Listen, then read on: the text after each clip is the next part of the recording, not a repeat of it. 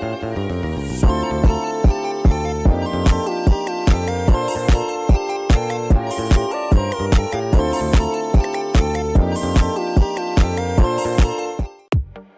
semuanya, Assalamualaikum warahmatullahi wabarakatuh. Kembali lagi bersama saya, Nabila Febrawati. Untuk video kali ini, kita akan membahas tentang PRP. Nah, sebelum lebih lanjut, kita akan membahas apa itu PRP. Jadi, PRP adalah masalah dalam logistik dan perencanaan yang melibatkan pengoptimalan rute untuk armada kendaraan yang harus mengirimkan barang atau menyediakan layanan ke beberapa lokasi. Nah, PRP ini itu mencari rute paling efisien dalam hal jarak ataupun waktu untuk setiap kendaraannya dengan tujuan meminimalkan biaya operasional, waktu tempuh, dan jumlah kendaraan yang dibutuhkan. Nah, di sini ada optimalisasi biaya dan waktu. Optimalisasi biaya dan waktu itu berarti memaksimalkan hasil dengan menggunakan sumber daya uang dan waktu secara efisien. Nah, tujuannya sendiri itu adalah mengurangi pengeluaran atau waktu yang dibutuhkan untuk mencapai suatu hasil tanpa mengurangi kualitasnya atau bahkan meningkatkan hasil tersebut. Nah, dalam kehidupan sehari-hari, hal ini itu diterapkan dengan berbagai cara untuk meningkatkan produktivitas dan menghemat anggaran. Nah, dalam optimalisasi biaya dan waktu tadi itu berkaitan dengan PRP. Nah, kita akan memberikan contoh kasusnya nih, ada pengiriman barang perusahaan logistik, di mana perusahaan logistik itu seperti pengiriman paket atau makanan menggunakan PRP untuk mengoptimalkan rute agar pengiriman lebih cepat dan hemat biaya. Misalnya nih, PRP akan membantu menentukan rute mana yang harus diambil untuk mengantarkan paket ke beberapa alamat berbeda dengan jarak tempuh minimum dan waktu paling efisien. Kemudian contoh kasus selanjutnya itu ada pengumpulan sampah di kota.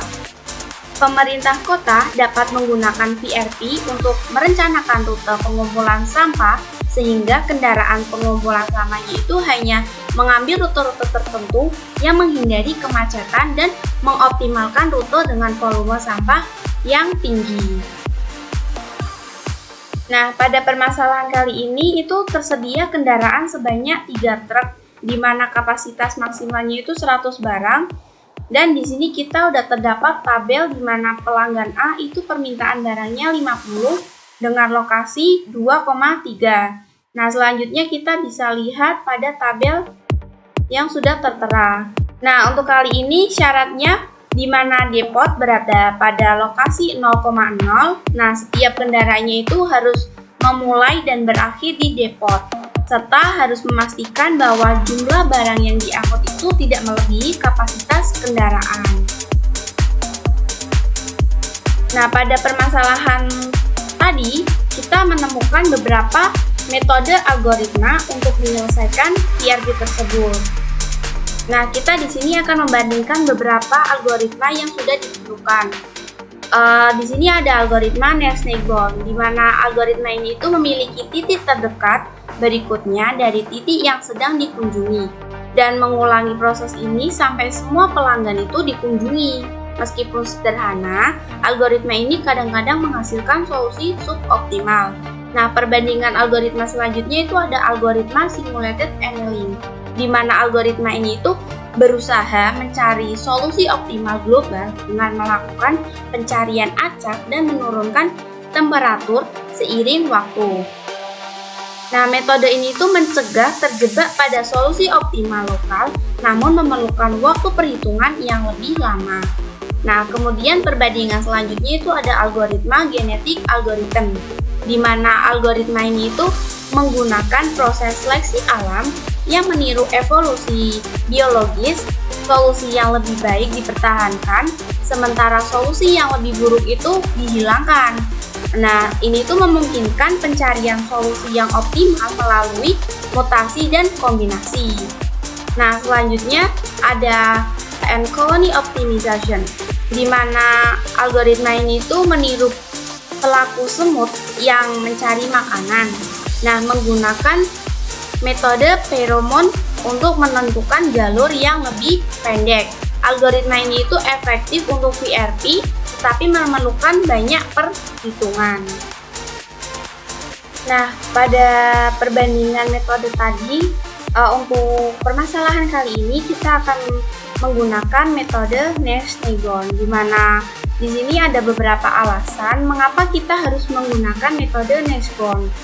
Nah, salah satunya itu ada simplicity atau kesederhanaan, di mana algoritma Nash-Neighbon ini itu sangat sederhana dan memiliki titik terdekat berikutnya dari posisi saat ini sampai semua titik pelanggannya itu dikunjungi, lalu kemudian ke depot. Kesederhanaan itu membuat algoritma menjadi mudah diimplementasikan dan dipahami, terutama dalam kasus kecil di mana kendaraan dan titik tujuan itu relatif sedikit.